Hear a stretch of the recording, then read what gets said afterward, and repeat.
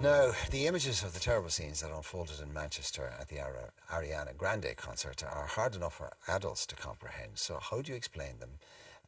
How do you explain them, and indeed what happened to your children? Well, a clinical psychologist, far better qualified than any of us, hopefully is going to offer some advice on how to approach the topic. And Paul, you're welcome as always. Is that actually, we were just talking about this before we came on, that I think an awful lot of parents, their instincts and common sense will probably tell them what the right thing is to do and how to go about it. But how do you start?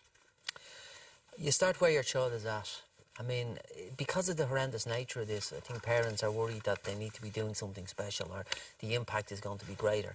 There's no doubt the impact is greater on children because they relate very much to the victims.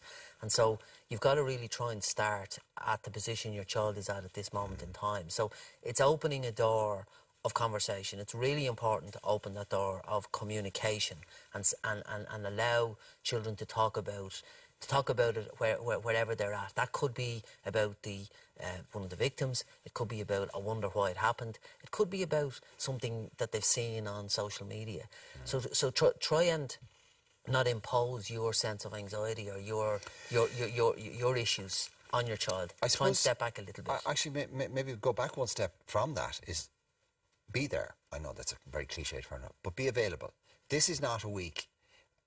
If one of them comes and says, Dad, can I talk to you? I go, no, sorry, look, I'm busy. Can we do it later? This is a week where this could be niggling away at them. So pick on that sign. Don't gloss over it. I'm not saying the parents are complacent, but sometimes you just get asked, you know, and we all get it as parents. Can I talk to you about something? No, look, sorry, I'll be back to you in 10 minutes or half an hour. Can we do it later? If you get that, do it, drop. And I don't mean that in a panicky way. No, I think emotional availability is difficult. You know, you might be physically present, but you might be emotionally thinking about what's going on in work or thinking about something that's worrying you.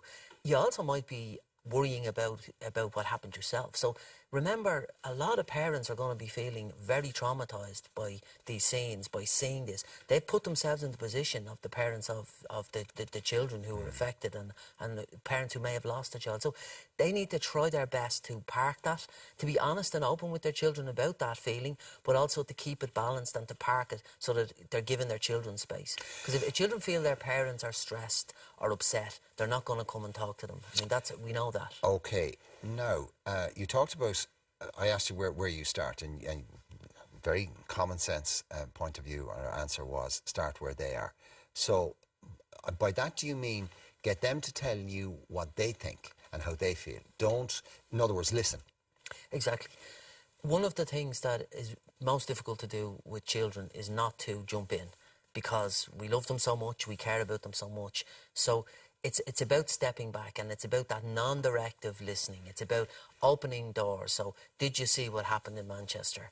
I saw you were looking at the website about Manchester. What do you think? And that might sound very basic, but it's non-directive, and so it's allowing your child, because what you think might be causing them anxiety might not be causing them anxiety. It might be something else. It might be, as you said earlier, could that happen to me?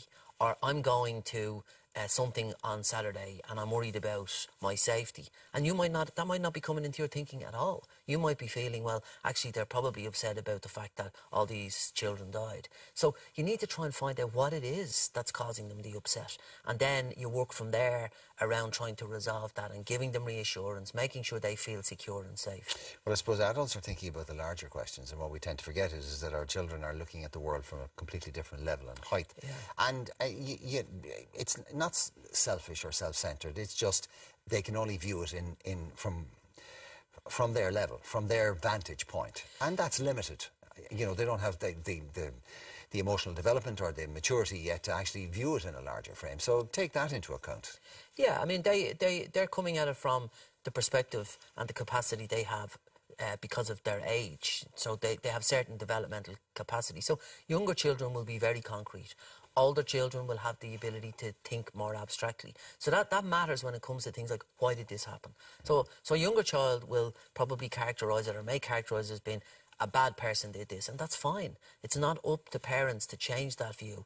those abstract thinking, that sort of conceptualization that says, well, I wonder why, was it a terrorist attack, what does that mean? That'll happen later on. So we need to give them space to be able to characterise it at a developmentally appropriate way. They may not be thinking about it too much at all. That's another thing as well, and that's not wrong either. You know, it's just, I mean, you can't go, oh, this is awful, you must think about it. You know the way children are. The smallest thing can be the most important thing in the world, and major things can be, well, it doesn't really affect me, or that's grand, and they move on and they forget.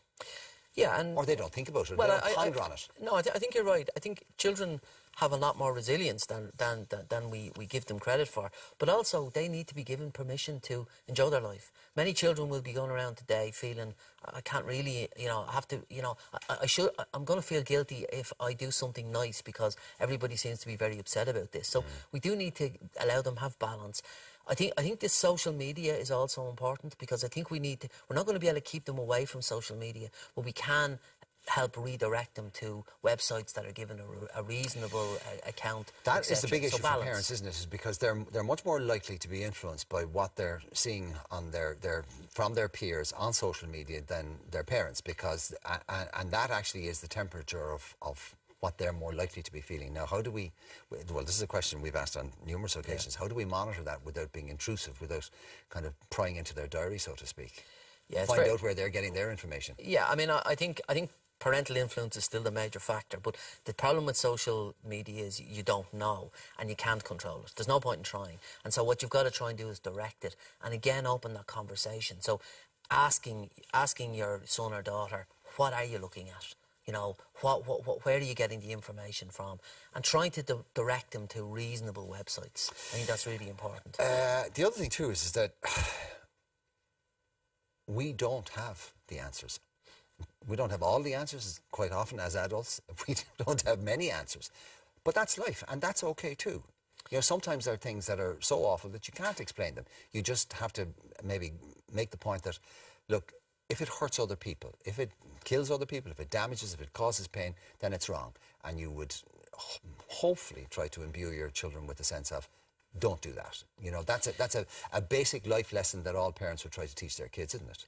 It is, and remember, we don't talk a lot about moral development, but this is an incident that will help young people to develop their moral belief system, and we need to help them do that. So if you can take any good out of these things, it enables young people to start to think about these sort of issues, and that's very positive, because if they don't get the space to do that, they will be caught later on with moral dilemmas, and they won't have thought those sort of things out. So I think it's, even though it's very difficult for parents because it will cause them stress, talking about this causes us stress, there's no doubt about that.